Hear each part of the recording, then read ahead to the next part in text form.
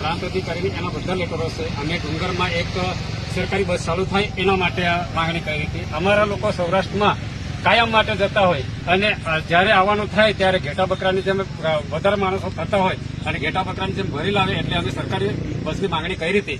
પણ અમને સરકારી બસ ના મળી એટલે અમે પ્રાઇવેટ બસની માંગણી કરી. ત્યારે અમને અહીંયા આગળ શીરા ચોકડી આગળ રોકીને જે તે આગલા લક્ઝરીના માલિકો છે એમણે રોકીને અમારી જે પ્રાઇવેટ બસ માંગી હતી એને તિલકવાડા રોકી દેવામાં આવી છે અને જે તે માલિકને પોલીસ સ્ટેશને લઈ ગયા છે. અમે બધા અહીં તિલકવાડા ચોકડી પર ઉભા છે 40 થી 45 લોકો.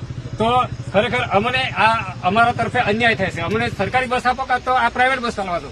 અમારી એટલી જ માંગ છે. તમામ લોકોની આ રજૂઆત છે. કાઠિયાવાડથી લોકો એમ કહે છે કે તમે આ ડુંગરમાં એક બસ ચાલુ કરો. એક બસ ના આવે અને અમારા લોકોને ખૂબ તકલીફ પડે છે.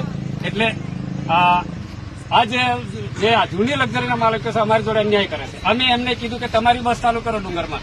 ત્યારે એમને કીધું તે વખતે હા પાડી હતી. પછી પાછી રજૂઆત કરી તો કે હા પાડી હતી અને એ નસવાડી એમની બસ રાખે છે.